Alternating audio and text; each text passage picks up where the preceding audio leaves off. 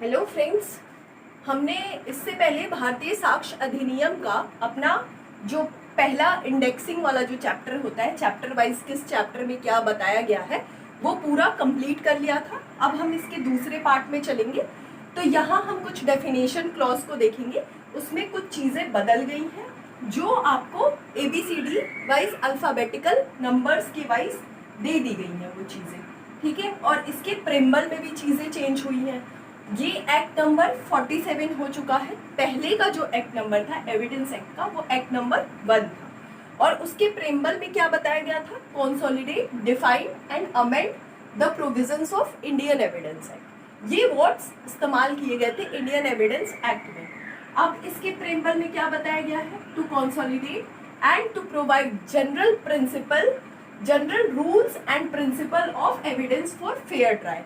कि कंसोलिडेट करना है और प्रोवाइड करना है जनरल नियम को और सिद्धांतों को। किस लिए? ताकि हम साक्ष्य दे सके फेयर ट्रायल को चलाने के लिए। तो ये हमारा प्रेम्बल हमने डिस्कस कर लिया। अब शॉर्ट टाइटल, एप्लीकेशन और कमेंसमेंट, ये वाला पार्ट देखेंगे हम। अब ये भारतीय साक्ष्य अधिनियम 2023 हो चुका है। इसमें पहले क्या था? इसका एप्लीकेशन में ये लागू होता था, it extend to whole of India, ऐसा लिखा गया था। लेकिन अब इस अधिनियम में ओमिट कर दिया गया है होल ऑफ इंडिया को। इसका रीजन यही है कि ये आउटसाइड द इंडिया जो डिजिटली इलेक्ट्रॉनिक एविडेंस होते थे उसको कहीं ना कहीं इफेक्ट करता था, प्रभावित करता था। इस वजह से इसको ओमिट कर दिया गया है। अगर हम डेफिनेशन क्लॉज वाइज इसका चले तो आप series wise, alphabetical number wise आप इसको लर्न कर सकते हैं। 2A में आपका कोट है, B उसके नीचे C वर्ड ही चल रहा है तो कंक्लूसिव प्रूफ हो गया B में, और C में आपका डिस्प्रूव्ड है। D से आप एक चीज लर्न कर सकते हैं, D से डॉक्यूमेंट, E से क्या बनेगा आपका एविडेंस, और F से क्या बन रहा है? फैक्ट। तो ये चीज DEF तो याद करने में कोई प्रॉब्लम नहीं होनी चाहिए मेरे अकॉर्डिंग। और G में आपका फैक्ट इशू बन रहा है। अब यहाँ से आप एक और कीवर्ड ले सकते हैं, HLB।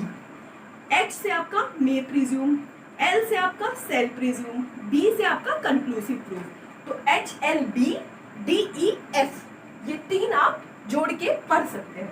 फिर आपका K में आपका रेलेवेंट चीजें आ गई, J में आपकी प्रूफ्ड से रिलेटेड बातें दी गई है, और I में नॉट प्रूफ्ड का बात किया गया है। अब इसके एप्लीकेशन क्या डिस्कस कर लेते हैं कि इंडियन एविडेंस है, ये जो भारतीय साक्ष्य अधिनियम है वो कहाँ कहाँ अप्लाई होता है और कहाँ नहीं अप्लाई होता है, ये भी देखना पड़ेगा, क्योंकि ये भी कभी कभी प्रीलिम्स में हमसे पूछ लिया जाता है। तो इसका जो एप्लीकेशन है, ऑल जुडिशियल प्रोसीडिंग्स, सारी की सारी जुडिशियल प्रोसीडिंग्स जो है इन और before any court, all judicial proceedings इन और बिफोर एनी कोर्ट, कोर्ट में या कोर्ट से किसी भी कोर्ट में जितनी भी जुडिशियल न्यायिक प्रोसीडिंग्स होती हैं उन पे ये लागू होता है। इसमें इंक्लूड कर दी गई है कोर्ट मार्शल को, ये नोट करने वाला बात है। पहले इसमें कोर्ट मार्शल शामिल नहीं था, इसमें डज नॉट इंक्लूड था कि उस पर लागू नहीं होता था एविडेंस एक्ट में, बट इसमें ये इंक्लूड किया गया, ये चेंजेस हुए हैं साक्ष्य अधिनियम में। ये एक पॉइंट आप चेंज के तौर पे मार्क कर सकते हैं। नॉट अप्लाई, नॉट अप्लाई पे तो पहले भी ये चीजें थी, उसमें कोई परिवर्तन नहीं हुआ। एफिडेविट प्रेजेंटेड टू कोर्ट और ऑफिसर, इंडियन एविडेंस एक्ट कभी भी कोई भी एफिडेविट जो आप कोर्ट में या किसी ऑफिसर को प्रेजेंट करते हो तो उस पर लागू नहीं होता है।